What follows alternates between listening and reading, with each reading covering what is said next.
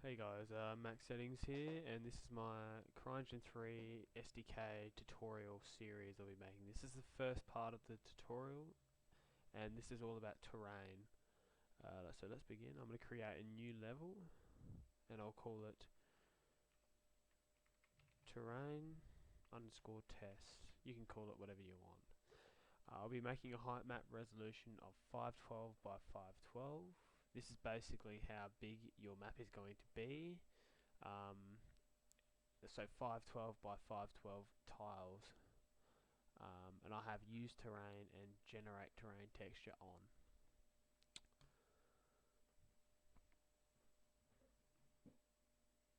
Okay, I don't want to associate this with a project, and this is the select texture dimensions. This won't probably happen for all of you guys, but we can change that later on. That's just basically the quality of your textures, and I'll be showing you that later anyway, so I'll just click OK. Okay, so when we get into the map, it'll just basically be water. Not really that exciting, pretty boring. So we want to generate some terrain. So we're going to go up to the terrain up in the toolbar and edit terrain. So we get a few menus. It's a pretty nifty little toolbar. And we have flatten, smooth, rise, lower, and pick height. They're all pretty useful. But before I get into showing you guys how to create a custom terrain, I want to show you guys a really good little trick that I've seen other tutorials miss out on, and I think it's important that you guys know this. If we go up into the tools section of the terrain editor and go generate terrain, we come up with a fair few menus, a generation menu, and it has a lot of different effects on it. Oh, I forgot to change something. Give me a sec, guys. Sorry about this. Set terrain max height. Before you do this, we'll want to set the terrain's max height. We'll set it to 256 for the tutorial. Basically, this is just the limit on how high the terrain can actually be set to, and this is quite an important part of when you're generating terrain. So now we've set that, we can come back into the generation settings, and there's a fair few settings here that we can change. They're reasonably straightforward. Feature size, so that's just generally describing how large your features are going to be. You can change that to whatever you want. You kind of get a feel for it after you've used it a few times. So if you play around with it, it's quite useful to use. And I'm just going to click OK and let it do whatever it wants. Basically, you can always change it, and you come up here, and basically that's just the terrain it has generated for us. It's quite useful, and you can always just go over it with your terrain tools, which I'll show you. Alright, so here we have our map that we've generated, and I'll just show you the tools that you can use to customize your map or make it from scratch. It's exactly the same thing. So basically, I usually start off with the flatten tool.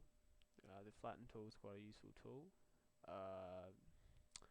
and I'll just draw out a random shape of the map. So I'll just set the outside radius to something that I think is reasonable. Up here you have preset sizes, so we can preset a size from here. And then I'll just kind of draw it out. At the moment I've got the height set to 1, so it's sending it back to 1. So it's obviously erasing it at this point.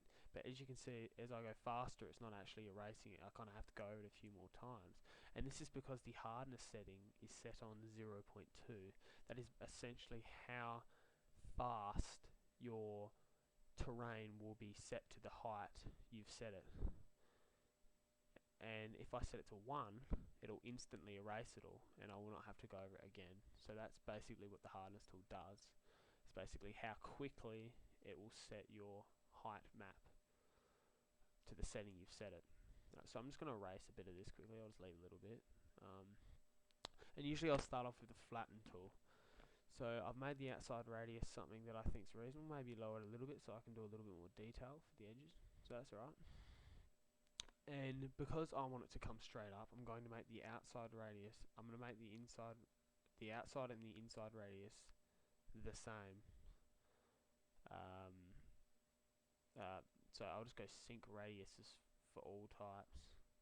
So then they're both exactly the same.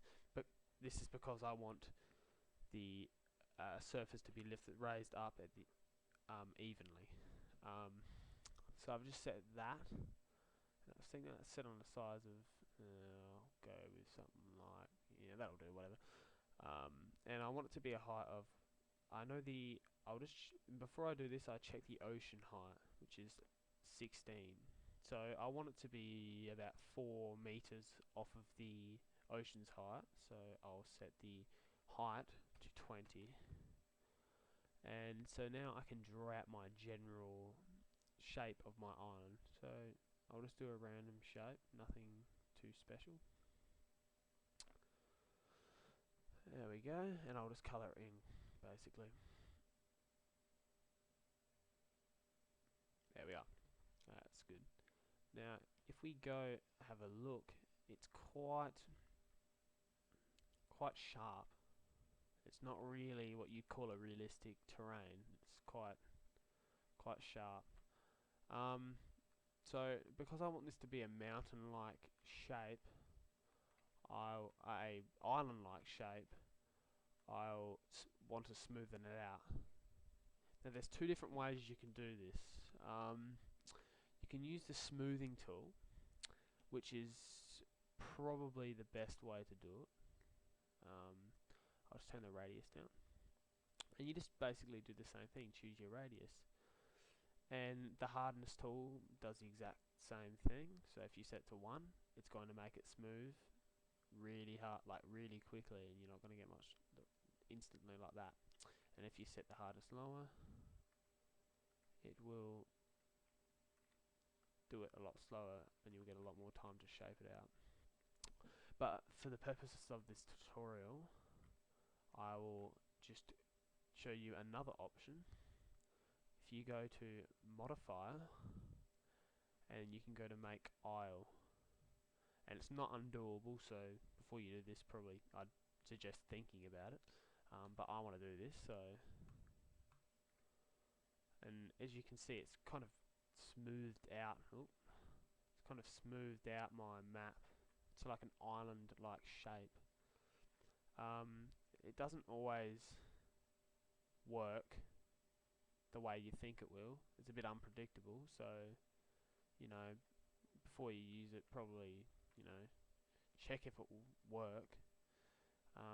I don't always use this tool, but it does work on a few occasions. It is quite useful, so I thought it was worth showing you guys. But you'll probably just want to just go around with the smooth tool and smoothen out your edges. And in the roll-up bar here, you can go to the terrain menu, which looks like a little half pipe basically, and you can go to the modifier tab, and then you get the same options essentially. They're all exactly the same, and then you can just go on with your normal smoothing and go through that. The next stage is adding some features to the terrain itself, because it's not really that interesting. It's quite flat and boring. So I'll just probably put a few small mountain type things in the middle of it. So I'm going to go back to the terrain menu. I'll use it from here because I like using it from here. It's up to you really though. And what I want to do is I want to do the rise/lower tool, and then I want to change the settings a little bit and change it to enable noise. Now what this will do is it will essentially do exactly what it says, and put noise within the circle, random bumps, lumps, etc. And this adds a realistic kind of look to it. So if I just go up here, make my outside radius a bit larger, there we are, and I'll probably make the hardness a bit higher, 0.4. It doesn't really matter.